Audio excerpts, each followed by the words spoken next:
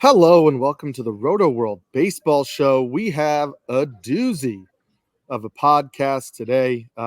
We just had our first official MLB baseball game of the year with the Soul Series between the Dodgers and the Padres. So we are talking MLB bets today. We've got a whole crew on. We have I obviously am your host, Eric Samulski. We have my usual partner in crime, Scott Pianowski. Then we have the veteran himself, DJ Short. We have our betting expert, Vaughn Dalzell, on here to kind of lend some credibility to all of our claims. So welcome, gentlemen. Ready to talk some baseball? Yeah, let's do it. And what's funny, the game this morning, which was fun to wake up and see some baseball. That was cool. But we spend so much time in recent years talking about the baseball, like, is it going to be juiced, whatever. I think we need to start looking at the gloves and make sure they're properly laced. Yes. Because I've never seen a ball that wasn't even really that hard hit. Right. Go through the webbing of a glove before. Never seen that. I think it's perfect to have that happen on a day where you're going to talk about betting, because there is maybe no worse bet, no bad beat. Like, say your bet was somehow influenced by a ball going through the webbing of a glove, which led to runs and obviously impacted runs scored or errors or whatever else you're going to bet on. Which leads me to my first question, Vaughn.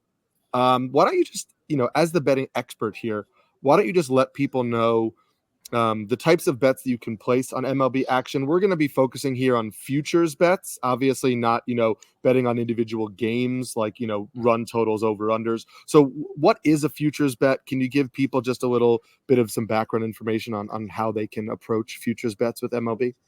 Yeah, I want to say excited to be here and excited for the baseball season to start. I always love the first month and the last month of baseball season because it's so long, 162 games. So it's better to be approaching the futures market, in my opinion, if you are better for baseball, because you can get fatigued very quickly. And when you look at the daily aspects of all the different influences of what can happen, whether it's an error, a single ball going through someone's net, a home run that was now rolled a double, these things all can impact your bets too. So that's why I like to look in the futures market, primarily over under on win totals for teams. If you think a team is not going to do as well, you could always take an under. If you think a team is going to play better than what they are, you could take an over on win total. But I think there's also better ways to approach this, which I'm sure we'll talk about on both sides of the coin, on teams to make the playoffs or have a better price to win their division rather than just taking the over on a win total. And the same for taking unders, team to have a fewest wins, which we have like a 3-horse race looking like this season. We'll talk about that as well. So there's a lot of different markets. We'll talk strikeout props, I'm sure, player of the year, all that type of stuff. But I'm excited because, like I said, it's much better to be betting preseason baseball than 162 games of baseball if you want to be smart with your money. Yeah, it's a grind for players. It's a grind for bettors if you're trying to bet all 162 games. Vaughn, why don't you start us off with one of your over/under win total bets? We're going to kind of go through this just so people know as you're listening. We're going to kind of go through it, by division, just so we can lump together. So if you miss something, you want to go back, that's how we're going to order it, through the AL first and then NL. So what is one of your over/under bets you want to start us off with? I am going under 77.5 wins on the Boston Red Sox. Now, we're starting the AL East. That's kind of where I want to start, is because they are the worst team in the AL East, I think, and I think we'd all probably agree with that. Maybe not. I see on the rundown I'm supposed to get booed. I didn't hear any boos. But we were gonna let you finish first. Oh no, you got to be way more rude than that. You got to come straight in and be like, no, set the tone. But I mean, when I just look at the Red Sox last year, they hit the over on their win total the last day of the season for most people. So obviously people rejoice and probably love the Red Sox for that. But I don't see many ways in which they improved. I mean, the offense obviously has a lot of firepower behind it, but I look at the pitching rotation and I just don't see anything that makes me want to jump at the over on this team long term. There will be some streaks. I mean, last year there was a 2 or 3 week period. The first 6 weeks of the season, absolutely love betting the Red Sox. After that, they became a coin toss for me. So for a team like that, I think it's going to be really tough in the division just to go above 500 and circling around 78, 80 wins. I mean, I'll take the under on that if I can get 110 or better. So tell me why I'm wrong. Well, I would expect Scott to jump in, but I think Scott at this point may be a self-hating Red Sox fan, so I don't know if he wants to really defend the team. But Scott, do you want to defend the Red Sox at all, or should I jump in? Yeah. First of all, great to be here. Straight Cash Homie. This is one of my favorite shows we do all year, and one reason why I love the team over under bets is you get 6 months of action for a relatively low investment, or depending on what your level of threshold is. But the problem I have with the Red Sox, this is a no play for me. I'm not going to side. I'm not going to lean over or under. I'm just not going to play it. Is I am interested in their rotation, but they all look like 3s and 4s to me. I mean, maybe Bayo in his best seasons could be a true ace. They wanted Giolito to be at front of the rotation, at least eat up innings. I've been drafting a lot of Cutter Crawford. I'm open to drafting Whitlock. I think Bayo has been a little bit overpriced, but this is a rotation where I'm like, where are the other two guys, right? Maybe Houck will last. I can't see him getting much past 100 innings. So I think this is a good number. I don't see any value here. The division is strong, and I know we're going to give some promotion to a couple of overs on some other teams, and there's one team we're going to fade. But to me, it's a no bet. I can't, in good conscience, tell people to bet on the Red Sox. Yeah, so I guess I wouldn't bet on the over, but the reason I'm pushing back on the under, again, fandom aside, I think the lineup is better than it was last year. I think you're getting the defense is going to be better than it was last year with a full year of Trevor Story, and then obviously just an upgrade defense. I mean, Vaughn Grissom is not a great defender, but he's better at second base than what some of the Red Sox were putting out last year. I expect Rafaela to play center field. He's potential Gold Glove center fielder, so that is an improvement for them. And then I'm with Scott. Like, I know the rotation doesn't have tons of names, name value names, but I think it has a lot of interesting pitchers. They spent a lot of money on the offseason in pitching development in terms of bringing in staff that I think will get the most out of this rotation. And then also, we'll talk about this with some of the other teams that come up later in terms of young talent and when the young talent arrives. But the Red Sox have a lot of really good top prospects that are going to be one level away at the start of the year.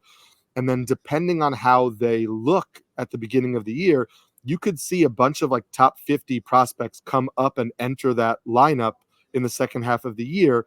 And that just has a level of question to it where, like, if they hit the ground running like some of these top prospects do, that could take that offense to another level. Of course, the flip side is they could trade Kenley Jansen, they could trade Chris Martin, they could get worse. So I think it's just a question mark with that team. And we'll obviously, Scott and I have stronger feelings about the Red Sox. We're not going to go as in depth with all of our bets here. I don't know that anybody has pushed back on DJ's first bet, which is also in the AL East. But what is one of your favorites, DJ? Yeah, so I have the Orioles over 90.5 wins. And if you want to get really frisky, you could do plus 550 to win the American League. I think they have a chance to be the best team in the American League this year, pending what we find out about Kyle Bradish. But when I look at the AL East, I see a division that's worse than it was a year ago. I feel like every year I'm like, how are the Rays going to do this? But I feel like this might be the toughest year yet for them to get to the postseason. The Yankees without Garrett Cole, maybe it's not a Tommy John situation, but he's still at least going to miss a couple of months here. The Yankees without Garrett Cole, you look at that rotation. I mean, you're hoping that Carlos Rodon can come back and be obviously better than last year. I don't think what he was 2 years ago is possible, but there's big question marks there. Marcus Stroman in Yankee Stadium. What can he be? An ace of the staff? What's going on with Nestor Cortez? So I look at the Orioles. I think some of it's, what do they get from Bradish? What do they get from these young stars who have a chance to maybe give the Orioles one of the best lineups in all of baseball? But Corbin Burns is leading this rotation. You have Grayson Rodriguez. You have John Means. Maybe they get something out of him there too. I think this is a really strong team from top to bottom. And if Bradish comes back and they get something significant out of them, I think they're the best team in the American League. The Orioles are going to be the best team in the American League soon. It's just a matter of if it's this year or not. So that maybe that affects if you want to touch them as a World Series prop. I was surprised this over under. I thought this over under would be a couple of wins higher. I can't imagine anybody who's siding against the Orioles. And I actually thought it was funny.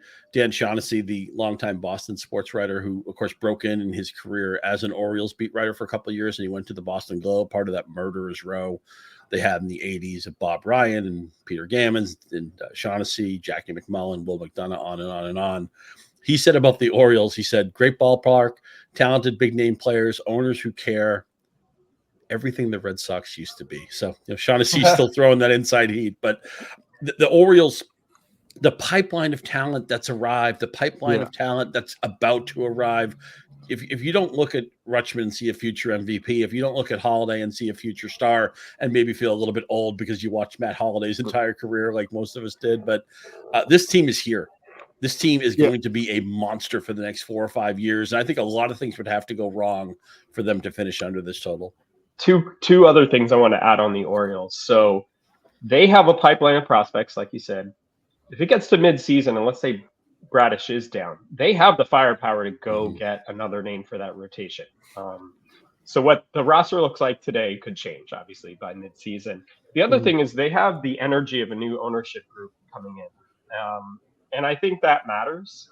I think usually, well, unless you're like the Marlins or something, usually ownership wants to create that excitement in the fan base when there's a new ownership coming into town. So I feel like they will go for it if they're close. Last year was a little frustrating to see them not go for it, but this is a window for them, especially if Garrett Cole is not, a significant contributor for the Yankees. They should say to themselves, like, this is our opportunity. Like, let's go for it. Sometimes it happens faster than you anticipate. This is a huge part of a lot of these over-under bets is, and I realize you're going to be wrong sometimes, but you have to anticipate what is the team's objective when the trade deadline hits. Last year, the Red Sox were quasi-contenders. They didn't go for it. I don't think the Yankees are poised. They don't want to add a lot of extra salary. That's why they didn't sign Montgomery or Snell, which I think a lot of teams thought, well, Yankees need another pitcher. Just, take top of the market guy. They don't want to go over those luxury tax thresholds. Baltimore, as you said, DJ, last year they didn't do it. But everything you talked about, I got to figure if they need that one piece, they're going to go get it. And a lot of times with some of the unders we're talking about later, it's teams where it's like they're going to tear it down.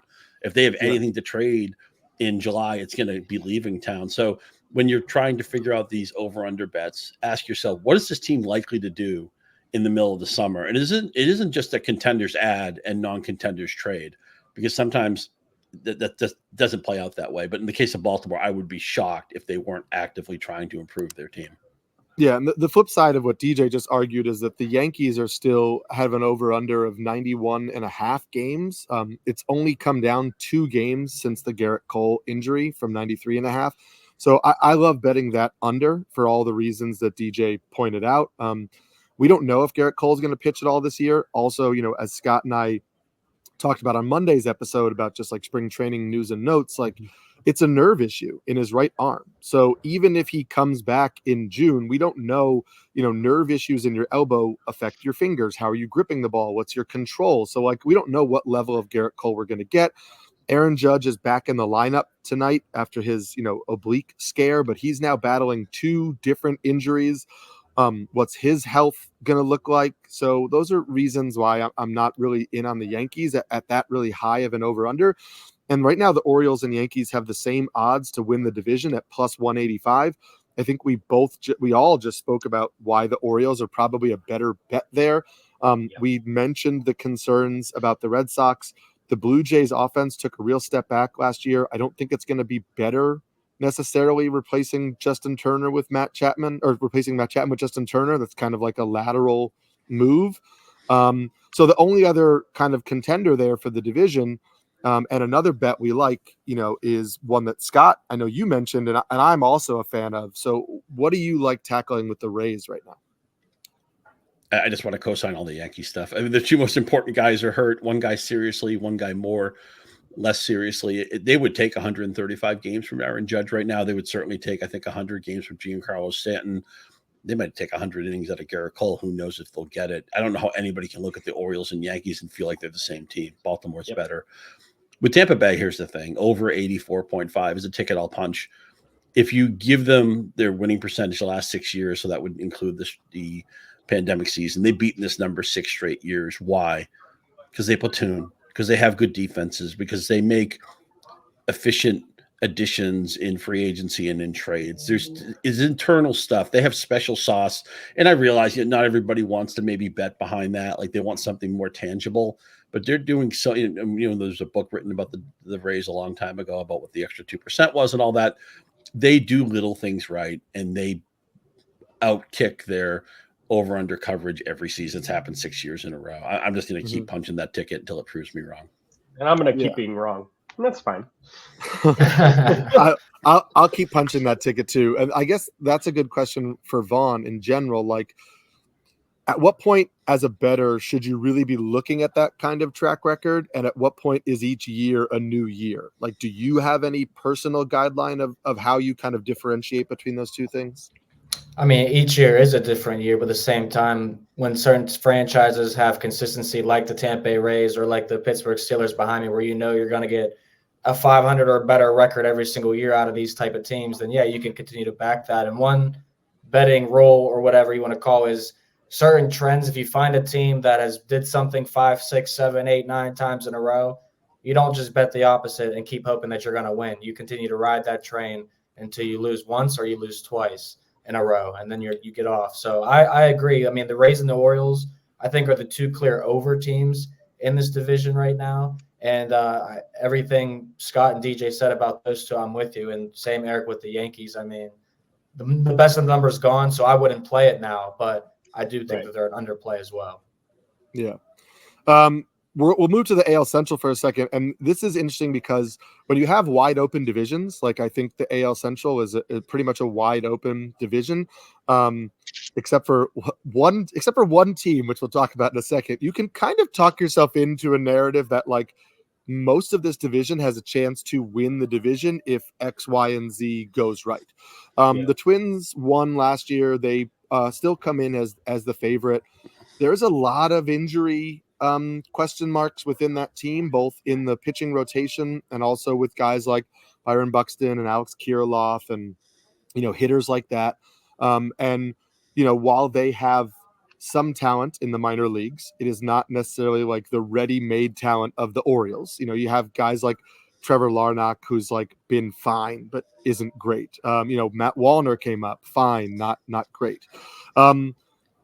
So I know Scott has a very strong opinion on the AL Central. I'm throwing out, just because of the odds behind it too, I think the Guardians it's plus 235 the last time I checked, but obviously it will depend on your sports book, and that is another thing that Vaughn can talk to us about. But really hunting for the best price, not just seeing it one place and taking whatever bet, trying to see what sports book has the odds listed differently where you can get the best value. But the Guardians have probably the best pitching staff in the AL Central, and there are some good ones. Gavin Williams' elbow injury, they don't seem concerned about. He's just kind of like they're being cautious in spring. Tristan McKenzie is back. I think this rotation goes 5 strong. And then the bullpen is really good. So I think that pitching is going to keep them in most games. I understand people don't love the lineup. I think the lineup is fine, not great. I think the lineup is actually not that much worse than a lot of the other lineups you're going to see in the AL Central. I think they have 2 really interesting prospects that will be up by May or June in Kyle Manzardo and Chase DeLauder. And I think those could make really meaningful impacts on their lineup. You get a full season out of Bo Naylor behind the plate as well. And then you get interesting coaching decisions of like the Guardians have decided to join the rest of baseball, and apparently in spring are teaching their guys that early in the count they want to drive the ball, and that they don't need to be so passive and get behind in the count as they're waiting for the pitch they really want. Like it's okay to go 0-1 if you really are taking a swing early in the count that you can drive the ball. The Guardians have had like contact hitters and a contact approach for a long period of time, and they're trying to shift that. So I don't think that means Stephen Kwan is a 15 homer hitter now, but I just think you will see a little bit of uptick in power from the team. And so I think the Guardians are a sneaky bet to be competitive and potentially win that division. But the other upstart team, I know Scott really wants to talk about, and then another popular pick to win this division. For sure. And I co-sign Eric's idea that Minnesota's vulnerable. A lot of injury risk on that roster. And I think what you're trying to do is find a way to beat Minnesota. Eric's doing it with Cleveland. I'm going to do it with Detroit.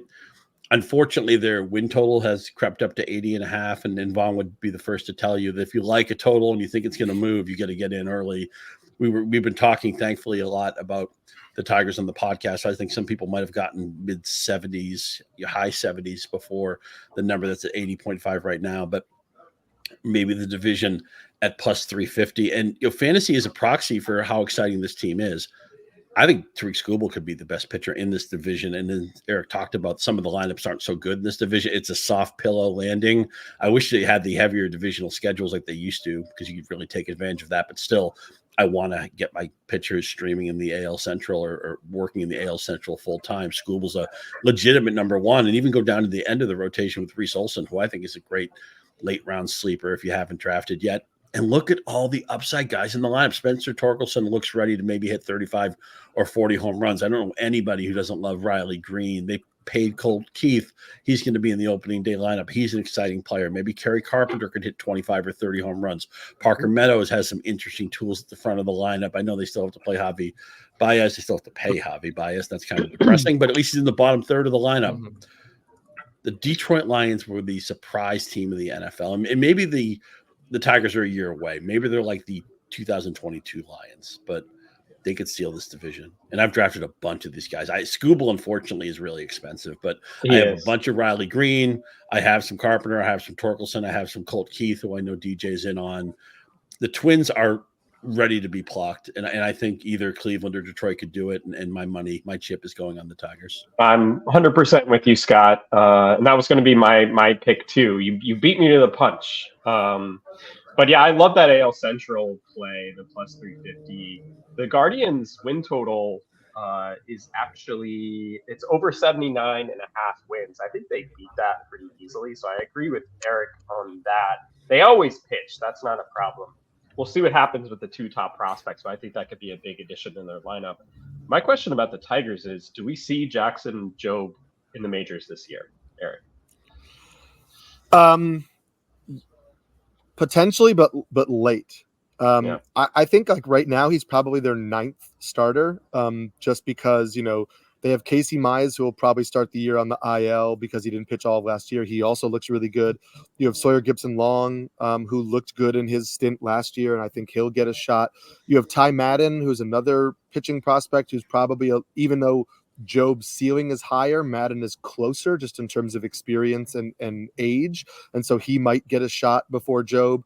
So realistically, you're looking at Jackson Jobe as their 9th starting pitcher, which means there's probably no reason to rush him early in the year. And so he could get a call late in the year, either if they're really banged up with injuries or if they feel like he could push them over the top in terms of getting to that division.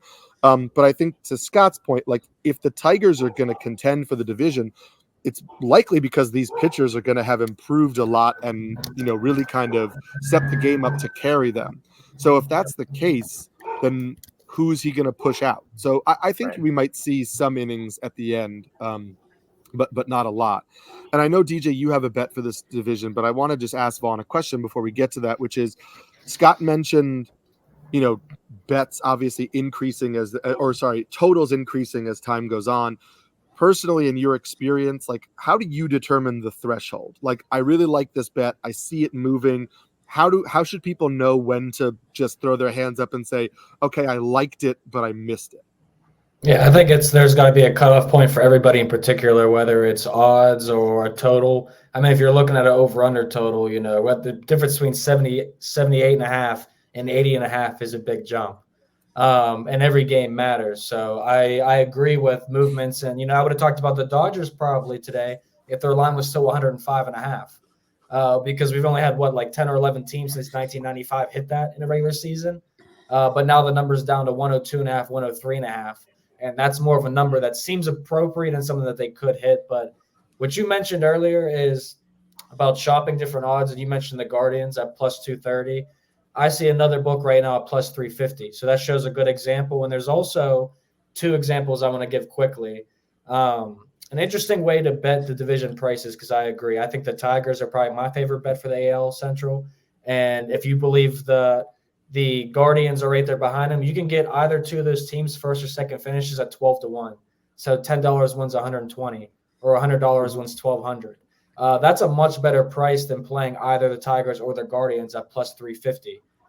So that gives you an incentive also to go out and look for creative ways to make more money, 3-4 times your money. And a March Madness example, since 'tis the season. Mm-hmm. I made a terrible decision the other day.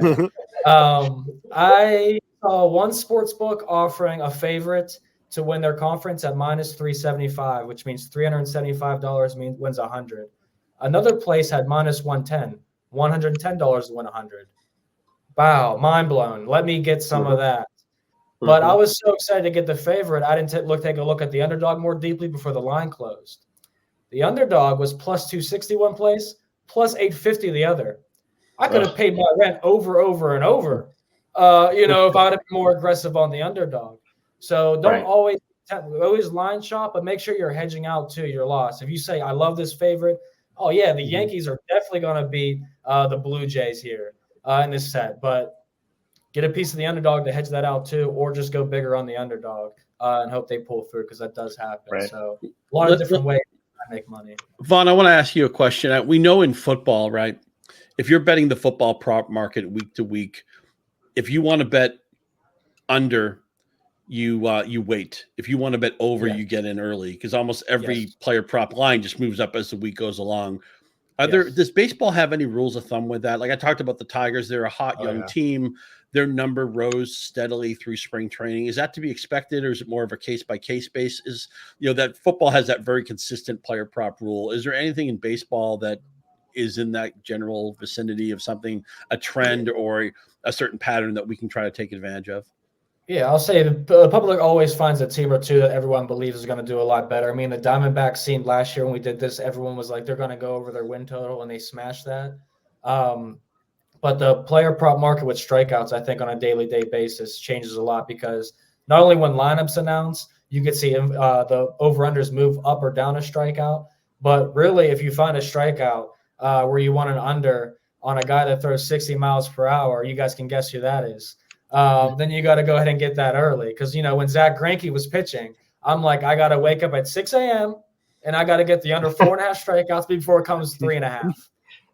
So, that's a rule of thumb for some players, but you got to be very conscious of who they're playing and when they're playing, because obviously in certain stadiums, it may be a little different situation as well.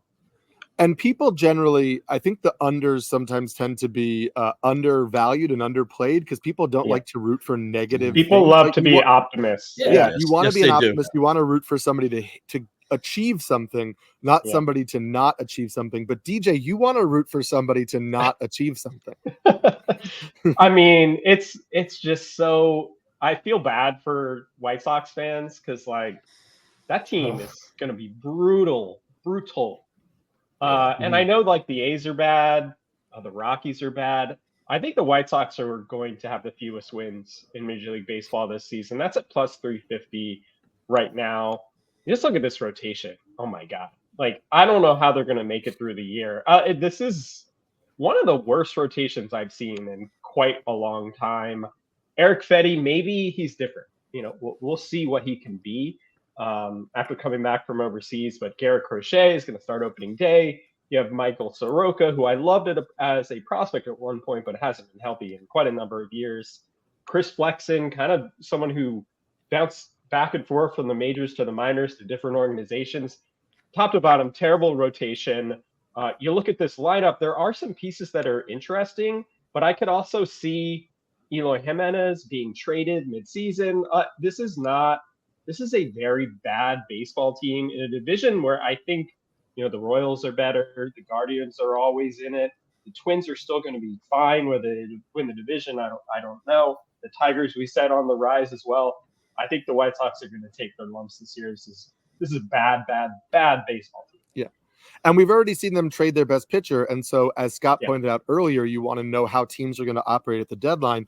If the White Sox have value, they're going to get rid of it at some point this season. Absolutely. I think, we have already seen they're doing that with their bullpen, right? Mhm. They signed John Brebbia to a 1-year deal to have him close and trade him. They've already said they're moving Kopech to the bullpen to up his trade value to trade him.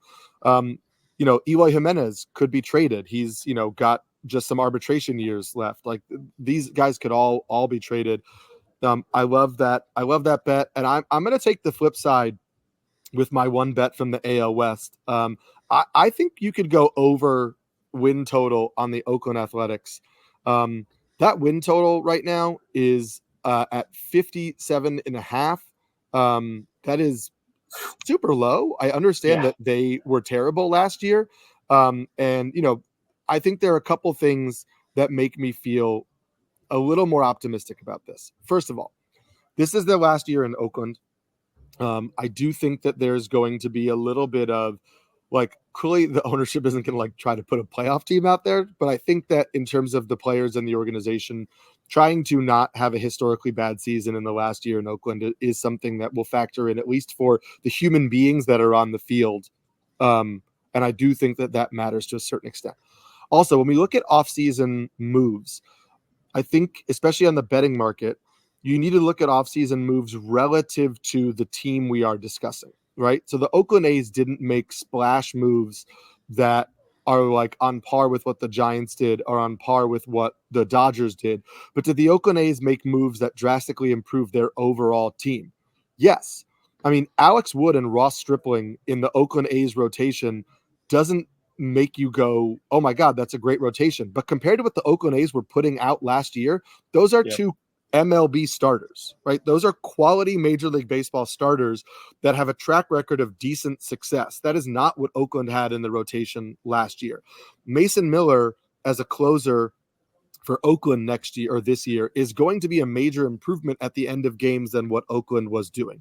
Oakland's best hitter by wins above replacement last year was Zach Geloff. Zach Geloff didn't come up until the end of the year last year. Now Oakland has him in the lineup for the entire season.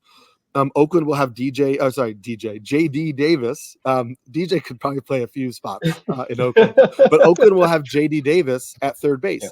Is JD Davis a great hitter? No. Is he better than what Oakland had in the lineup at that spot last year? For sure. Oakland has, I really like Lawrence Butler. He didn't show a lot in his initial MLB debut last year, but he's looked really good this spring. I think he is going to be a starter for Oakland for 450 plate appearances. That's an improvement.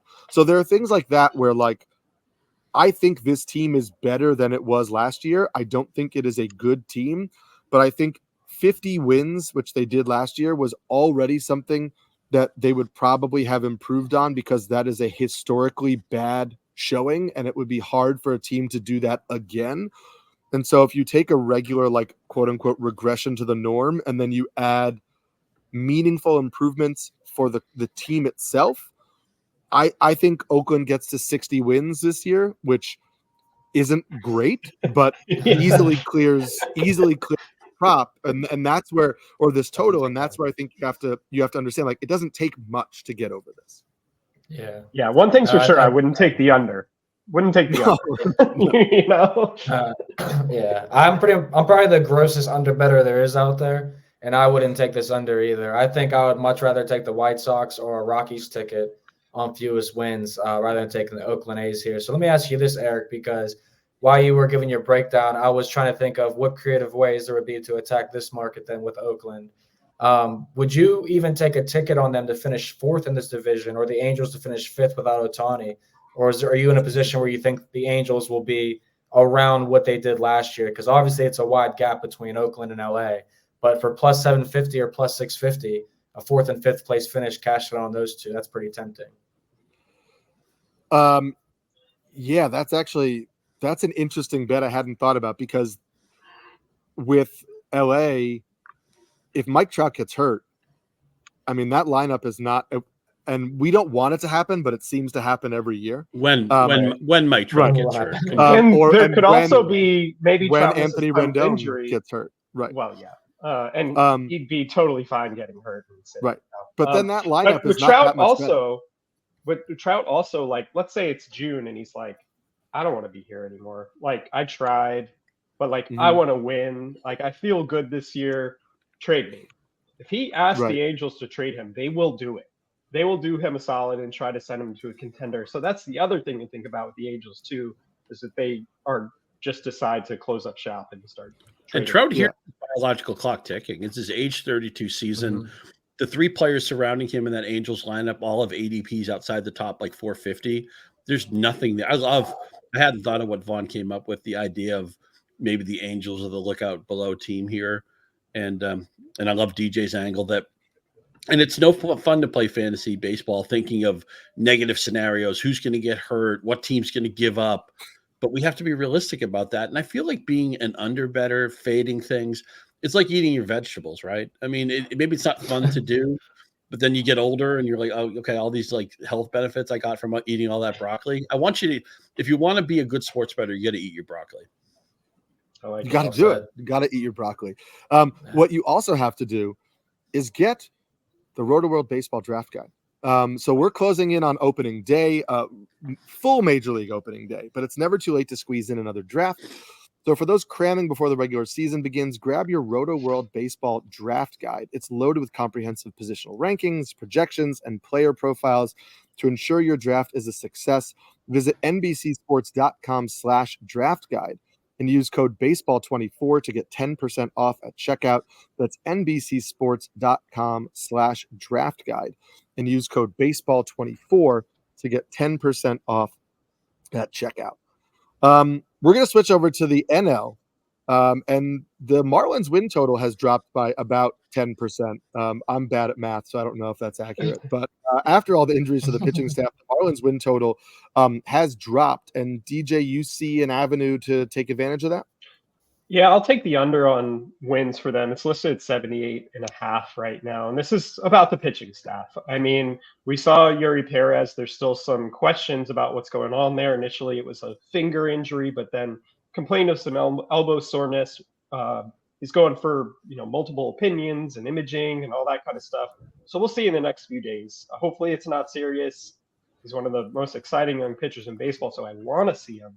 But that doesn't sound great to me. Of course, Sandy Alcantara out all this season. Edward Cabrera is injured. This rotation is just a little ragtag for me. Jesus Luzardo is healthy, fortunately, at the top. I don't love the lineup either. I just don't really see a team that's going to score a ton of runs. Also, a tough place to hit as well. I just don't get a good vibe from this team. I'm going on vibes here. Going under. They were also like the luckiest team in all of baseball last year when it comes to one-score games. I mean, they've had a phenomenal record in close games last year, which usually does not roll over into the next season. And they also had, I think, a negative 57 or negative 60 run differential too. So I agree. I don't believe in that offense. I'd be taking an under on the Marlins too. Yeah, yes, sadly. I mean, I like some of the moves they made just like players. I think they overperformed last year, and so I'm happy to jump on this under as well. We're a little bit more optimistic about some of the teams in the NL Central, though. Scott, what's one of your bets for the NL Central? Man, I'm all in on the Cubs. I'm surprised 84.5 is still gettable. Bellinger, I thought, was a great guy to bring back. Imanaga wasn't the glittering Japanese pitcher who came over, but he's a finished product. He's already 30 years old. I think his arm slot is going to give people trouble. I like the depth of the rotation. I actually really like the depth of the bullpen. Neris was a good ad for them. And in a division where there's a couple of teams I don't think are going to be that competitive, I think maybe 90 wins might win it. I think the Cubs sail over that. I also think Seiya Suzuki, it's weird because he's only in his third season. He's a boring vet now. He's not the new guy. He's not the highest paid player on the team. He's had time to acclimate to the culture, to the difference in the ball and in the shape of the game. I think he's a great guy to add. And when I looked at how many Cubs I had on my fantasy rosters, I'm like, yeah, of course I'm going to punch an over ticket on the Cubs. I love that. I mean, I think that, they were a really strong team last year and they were kind of running it back, but also adding, I am a big fan of Imanaga. I understand that like Yamamoto was the big signing, but I think Imanaga is also like a really talented pitcher who had more success in some metrics than Yamamoto in Japan. And I think he's going to make a big impact on that on that roster, and another roster that has some interesting potentially second half prospects who could kind of boost that lineup over the top. So I co-sign on that. DJ, there's another team in the NL Central that you want to target? Yeah, and unfortunately, I'm a pessimist again. I'm going to say Brewers under 77.5 wins. This is a different Brewers team than we're accustomed to seeing in recent years. No Corbin Burns, and Brandon Woodruff will be in rehab mode this year. I just don't see enough in that rotation. They do have some young arms on the way, so maybe that changes things a little bit. But also Devin Williams out for 3 months. Who's been locked down in the end of games. I still like that bullpen, but that's a huge hit to their depth.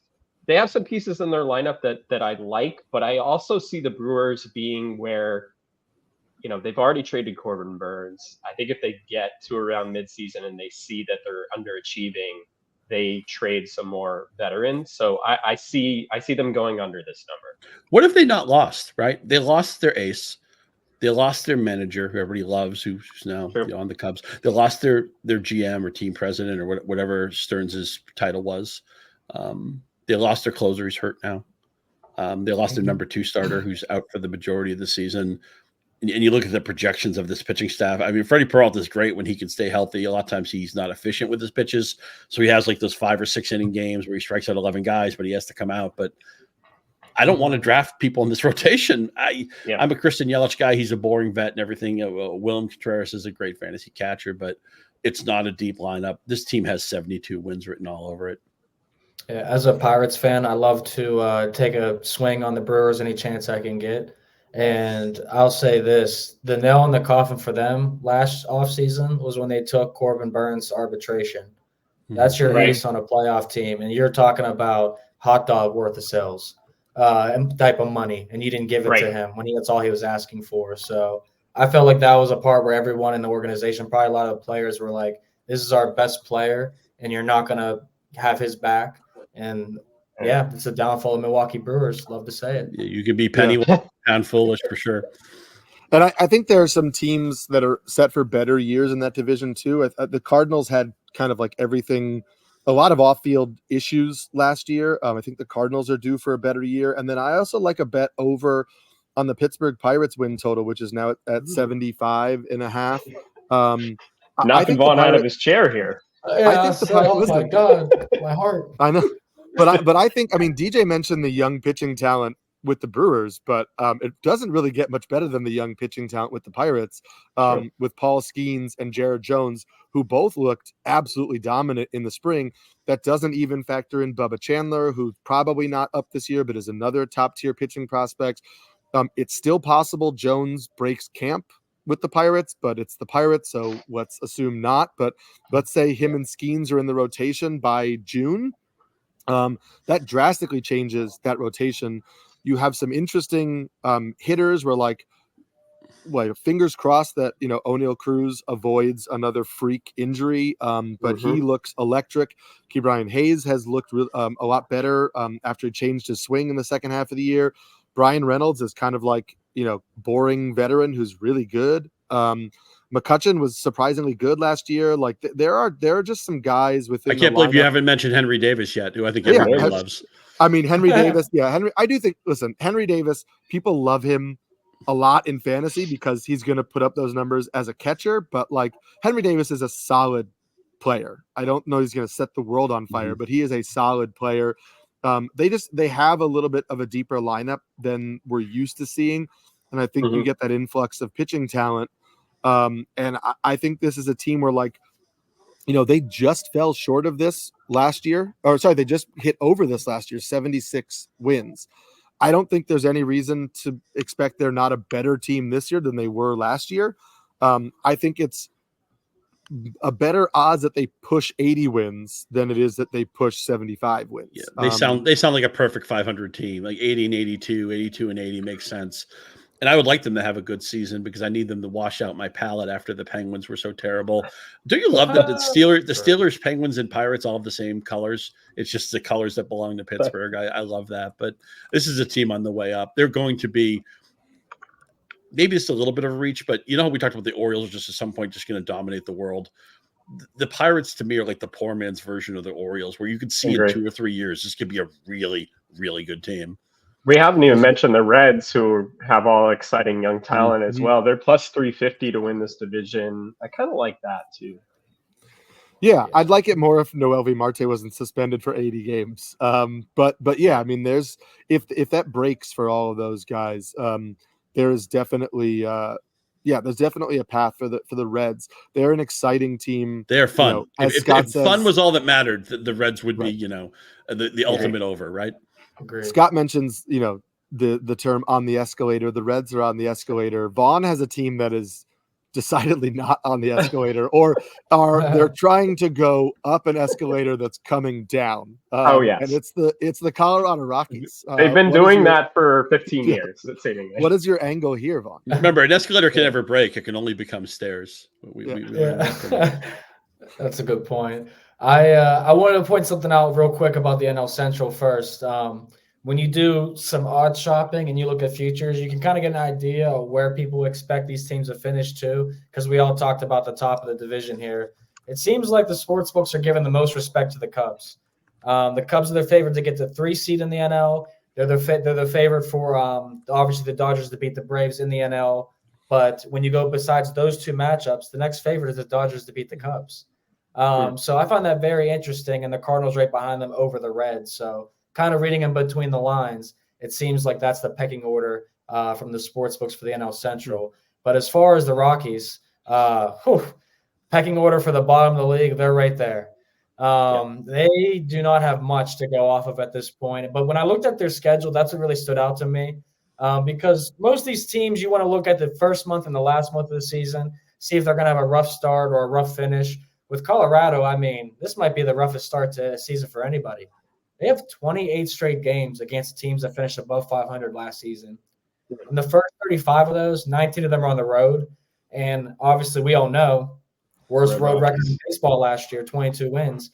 So when you just look at the teams they play, I mean, the D-backs and Cubs, the Rays and D-backs again, their first 4 sets, get the Phillies and the Blue Jays, Mariners and the Padres. Nothing is going to be easy for this team for Colorado the first 2 months of the season. So good luck with Kyle Freeland, Austin Gomber, Herman Marquez, Kyle Quantrill, Dakota Hudson.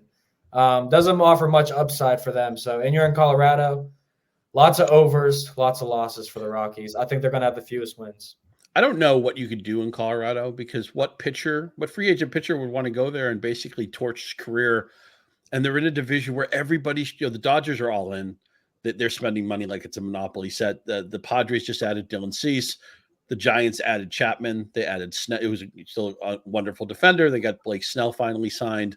And Arizona's a young team. They signed Erod. They just went to the World Series. A lot of up escalator players there.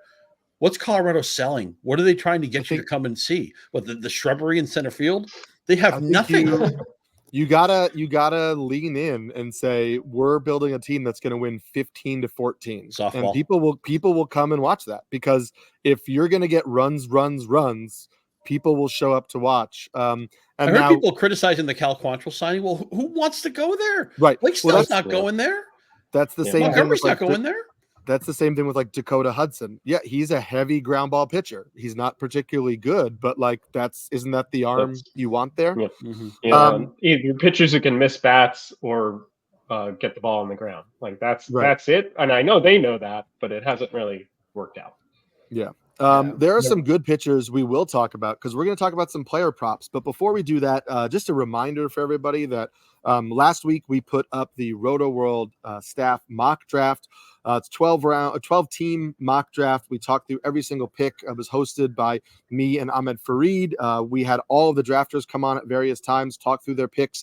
So we talked draft strategy. We talked about how to use ADP. We talked about how to read a room, how to pivot your draft strategy by what's happening in the room. So make sure you go and check that out on the NBC Sports YouTube page. We are also, we are all tweeting it out. So if you follow any of us on Twitter, and we'll get your Twitter handles, or you will get our Twitter handles at the end, you can see the links to all those videos. But it's a really good resource as you are going through your final drafts of the year. So please make sure you check that out on the YouTube page. Yeah, that was a really fun show. It was great. I watched it. I watched it partially because I couldn't see some of the draft, because if you're not in the green room, you can't see unless just for the segment that you're on. Of course, Eric, you were on the whole show. So I really was curious to see how everything played out, and everyone was great. And I think it's really useful to drafters. If you're drafting this week or over the weekend, it was really nice. Yeah, it's also like, I understand that some of the stuff has changed, right? We have different Garrett Cole injury news. We have different Devin Williams injury news. So I know the draft was over a week ago, but just hearing the approach of like people who, there were some, we brought on not just our own writers, but some people, who are like really talented and very experienced when it comes to fantasy baseball, and hearing their strategies and how they talk through those decisions is valuable, even if we have some new news that we didn't have then. So we're going to get into the final section here where we're going to talk about player props. So obviously we've talked about team over unders. Another thing that you can bet on the futures market is player props. Obviously, if you bet on football, you understand all about player props. It's a very popular way to bet on, players who can win awards or players who can lead the league in particular totals. As you see our player props, you'll see that some are out there in terms of the amount of specific things you can bet on. We're going to start with a pretty stock standard one. DJ, you have a call just for one of the bigger awards, which is the Cy Young. Yeah, so for AL Cy Young Award, it's a pretty wide open field, to be honest, especially with Garrett Cole injured. And that's what I like about it. That's kind of why I want to play it. Because I could see any number of pitchers take this. Pablo Lopez is listed at plus 1,400, which I like. Luis Castillo at plus 1,000, but I like Corbin Burns at plus 800. He's tied with Framber Valdez for the second lowest odds, and it's Kevin Gausman's the favorite at plus 650. It seems like Gausman will be good to go. Maybe miss his first term. It seems like he'll be ready early on in the season. But I like Burns going over to Baltimore in that ballpark, which is quite a different setting than Milwaukee. It's a team where we expect to win a lot of games, so I think the wins will be there. I think the run support will be there. I see it in a year that's his contract year, essentially. I see him having a really huge year going over to the American League. Yeah, I love that call. I mean, Scott had mentioned Tarek Skubal as possibly one of the best pitchers in the AL. He's at plus 900. And actually some books have him at plus 1,000. So that is an interesting bet that you could place.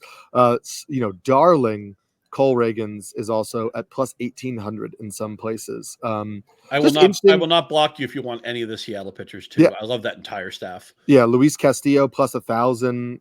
These are all interesting bets. If you really believe in the talent, and as Vaughn can attest to, like things like the Cy Young, the MVP, those odds can shift pretty drastically as the season goes on, because those 10 horse races seem to then become 2 or 3 horse races.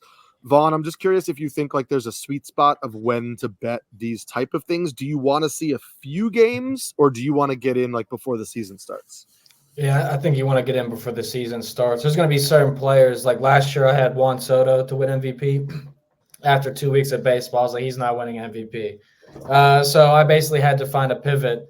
And at that point, Acuna Jr. looked like the clear best winner because of the stolen base rule, and it was giving him an advantage, and he was hitting the ball very well.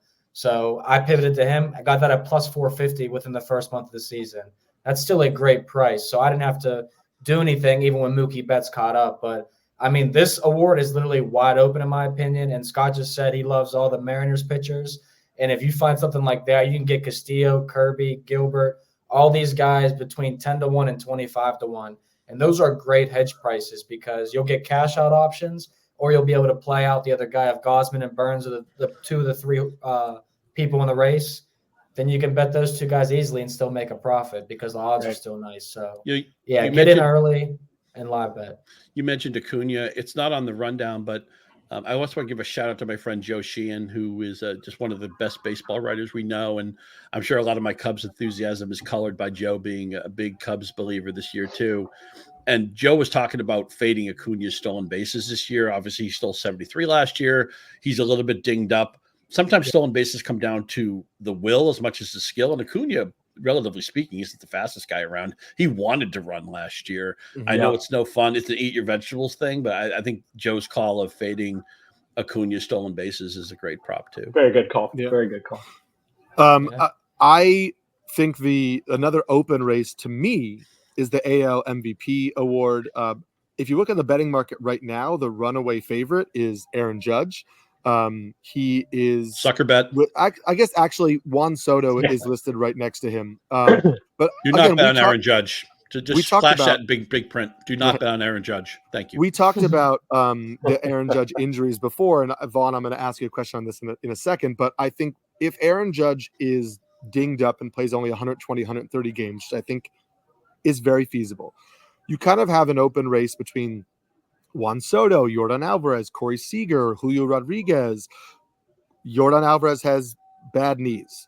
Corey Seager seems to always be kind of banged up injury-wise. Julio Rodriguez is a great choice, but I also think Kyle Tucker, plus 1,700 right now. He's slated to hit in the middle of the Astros lineup. He's been hitting 6th and 7th for most of his career. He's going to hit in the middle, so I think you're going to see more RBI totals. This is a guy that contributes in 5 different categories. There is an outside chance the Astros finish as the best team in the AL. We know they'll be in consideration. They'll be in that race. So when you have a player who's going to be one of, if not the best players on a team that is one of, if not the best teams in a division, that kind of vaults them to the top of the competition. I think you're looking at a younger player than some of these guys who I don't think we've seen his peak. I think if you get the peak year for Kyle Tucker at plus 1,700 right now, I really like that bet. But Vaughn, the side question for that is just as an experienced bettor, like obviously we talked about the Judge injury situation. When do you factor that kind of injury history into your bet? And when is it something where you're just like, hands off, I can't do it? Yeah, I mean, I think you have to factor in right away. Like Judge as the favorite I don't think something worth buying into. Judge was 5th or 6th in odds, then it may be something worth targeting. Like we're talking about Garrett Cole earlier. He was the favorite at plus 400 or something like that. Now he's at 22 to 1. If he gets some good news that Garrett Cole will come back early, you think he'll dominate. Now Garrett Cole's a good price and definitely worth betting, but these things could all change so fast. I love the look on Kyle Tucker because the Astros were very injured all season last year, so they didn't perform as well as a team. And they also won more games on the road than at home, which I mean, we could all probably attest that probably won't happen again. So I definitely think Kyle Tucker is one of the guys in a pretty open market here. Adley Rutschman and Julio Rodriguez were 2 guys I spoke about on Bet the Edge. And I have a soft spot for Vlad Guerrero, even though he probably won't win. So those are all guys that I add up, but I definitely think that you could take some shots here and probably have some good options come later in the season. Yeah, I really like the Adley call. He's at plus 1,300 right now. I think the Orioles are going to be the best team in the American League. So you have the best player on the best team in the AL. There's like the leadership quality, leading the pitching staff. There's going to be things that can't be quantified just by like looking at his baseball card stats. Mm-hmm. And I think that could win it out in the end. And really, without Ohtani in the American League, this could go any number of ways. So that's like pretty exciting to take a chance, I think. You mentioned Rutschman. It's important to recognize that MVP is different than other awards, right? The best rookie can be on the worst team in baseball and nobody cares. Mm-hmm. He can win Rookie of the Year. I think Cy Young, the voters want to see wins, but not the way it used to be, where if somebody ran away from the pack and wins, they would win the Cy Young. Bob Welch won a Cy Young that Roger Clemens should have won because Welch had 27 wins. Clemens only had 21. The rest of the numbers weren't even similar. And that they fixed that now. Jake DeGrom won a Cy Young with a very low win total recently. Man, I wish he would come back. But MVP is the one award where you probably have to be on a contender in a World Series contender at that, and that if you have a great season on a team that wins 77 games and you have to blow everybody else out of the water because your team success means more to the MVP market than it does some of these other awards. Yeah. DJ, you have an MVP call for the NL. Yeah, so I really like Bryce Harper this year, and I believe he's at plus 1,000 for NL MVP. So in that kind of top 5 range. So not incredibly off the board, but I do think it's zigging a bit from the Dodgers because they're very top heavy in this NL MVP race, and justifiably so. Mookie Betts and Freddie Freeman and Shohei Ohtani Ohtani not pitching, I think, is going to take him down a peg, because I think what makes him so special in these most valuable player discussions is his ability to pitch. I mean, he is a unicorn. That's a huge advantage. If he's having a good year, both pitching and hitting, he should be the MVP. I mean, but he's not going to do that this year. I think that opens things up a bit. I also do think that having 3 legit MVP contenders at the top, do they cancel each other out a little bit? Can Acuna back up what he did last year, already being a bit banged up? Just seeing what Harper did. Of course, he returned from Tommy John surgery in record time, but eventually he did find his footing as the year moved along. I expect the Phillies to be a really good team. I like that lineup. I see a big year from Harper this year. Yeah, and Scott, you have another way to kind of bet into that Harper love. Yeah, I love that call for Harper's MVP. He's won a couple of MVPs before. He's got a certain gravitas, a certain energy that he brings, and the Phillies are certainly expected to be one of the 4 or 5 better teams in the National League. In their high end of their range, they could be a 95 or 100 win baseball team. Those are things that matter to an MVP vote. Now, I like Harper. This is a longer shot RBI champion of the majors, plus 2,800. A lot of times his RBI counts have been lower because he takes a lot of walks. Sometimes he's batted second, which is not the prime RBI slot. But as DJ mentioned, Harper was back to full Bryce Harper goodness at the end of last year. And so what happens? He's going to bat third. Kyle Schwarber, as much as we don't like the batting average, he's going to walk a lot. Trey Turner, another guy who didn't get off to a good start last year. He was really terrific. At the end of the year, I think he's a great, if you get him in the second round, you're stealing money. I would even consider Trey Turner in the first round. Harper's going to have a ton of guys on base. And isn't it interesting? I always mention that Harper and Trout came up together, and Trout was kind of the alpha and Harper was the number 2.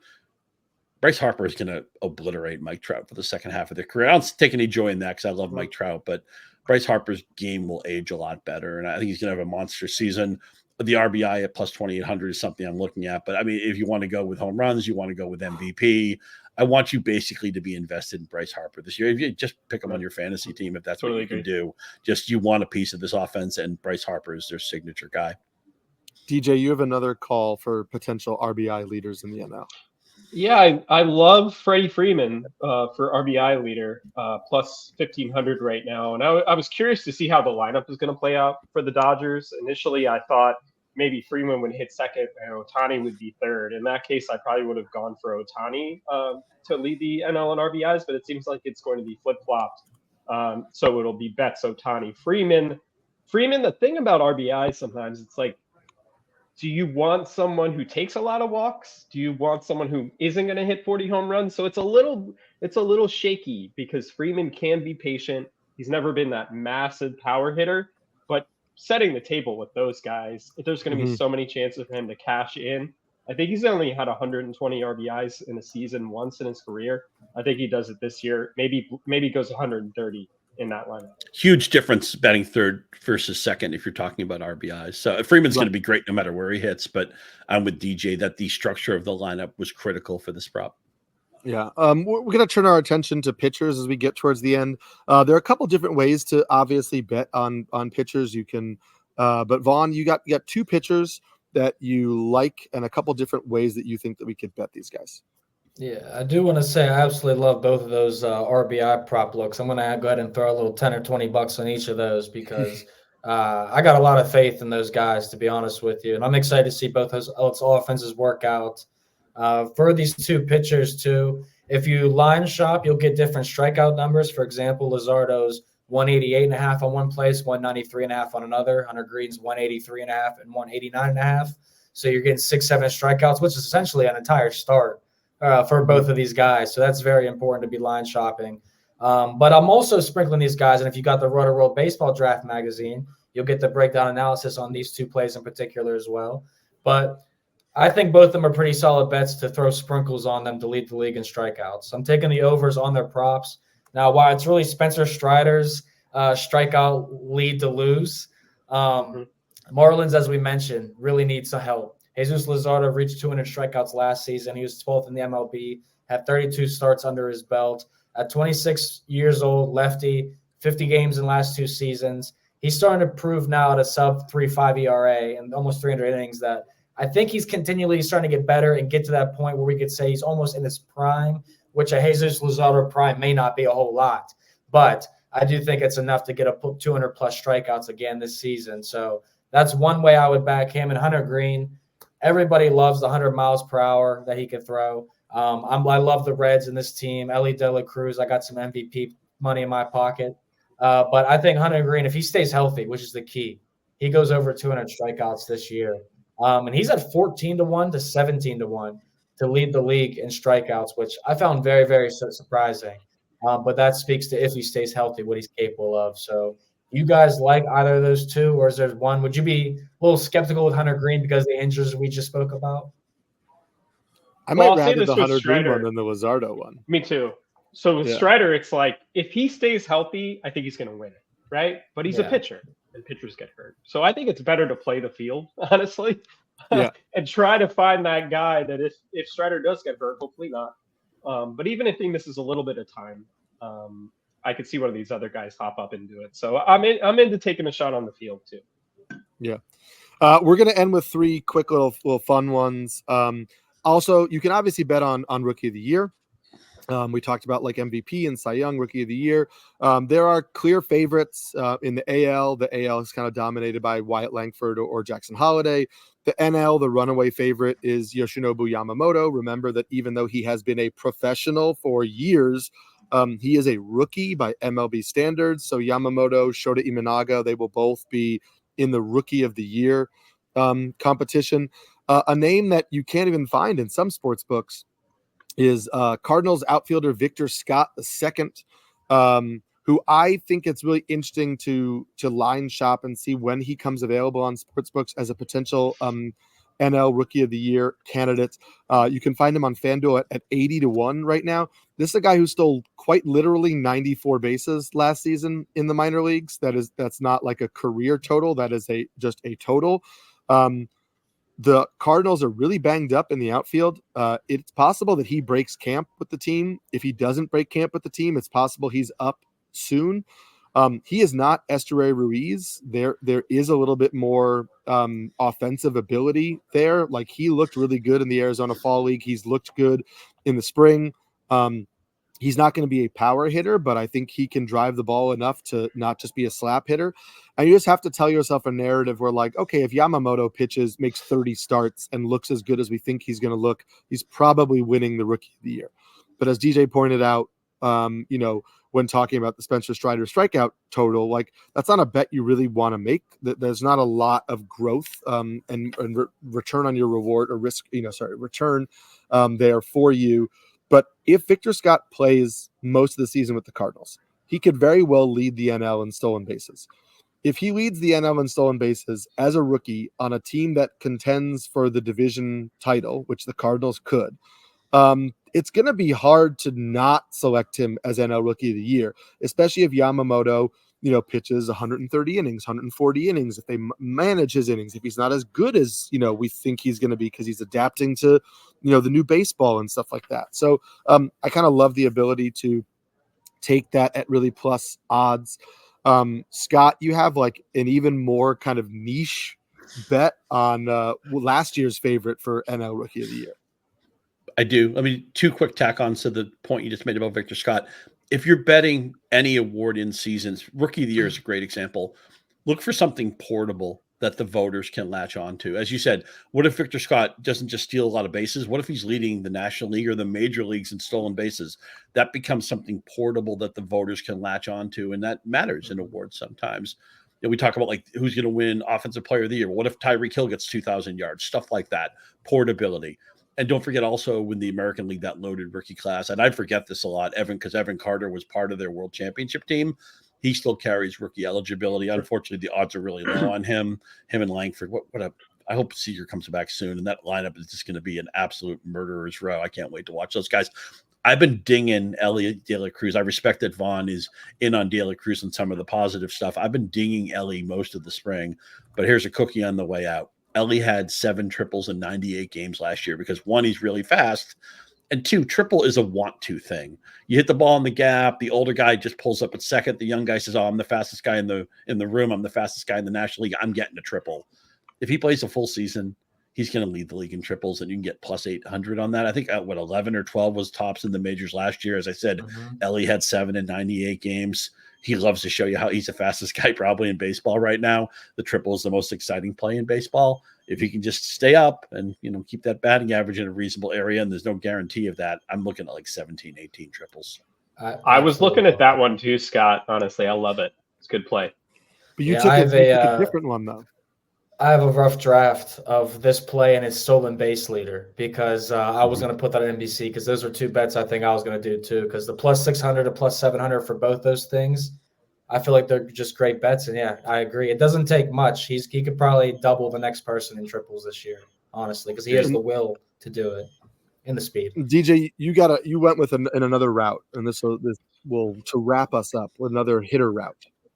Yeah, so I like Bo Bichette to lead the majors in hits. He's at plus 1,100 right now. He did miss some time due to injury last year, so I'm going to take that into account here. But if you look at the last 3 years combined, only Freddie, Freeman, and Trey Turner have more hits. So assuming Bo Bichette stays healthy, and the thing I like about Bichette, you get the volume at the top of the lineup. He's also aggressive, so he's going to be swinging the bat. So I see as long as he stays healthy, he's going to be in that mix near the top, but to get that plus 1,100, I love that. Yeah. Obviously, there's so many different ways to bet. We honestly didn't even cover all of them, even though we spent over an hour talking about different MLB bets. So really kind of like explore the different ways that you can bet. Remember to explore the different books and the odds. Make sure to follow all of us on Twitter, but definitely Vaughn, because Vaughn is always tweeting out bets. Some of them were very successful during college football, so make sure you're kind of following Vaughn to get those tips. And it's tourney season too. Like, it's tourney season. Now, right? Vaughn has tips for that as well. He's at VMoneySports on Twitter. Scott is at Scott_Pianowski. DJ is at DJ Short, and I am at Samulski NYC. We'll have tons of baseball content for you this whole season. Vaughn will have some college basketball bets for you if you want to check him out right now. And we'll be back next week for more episodes of the Rotoworld Baseball Show.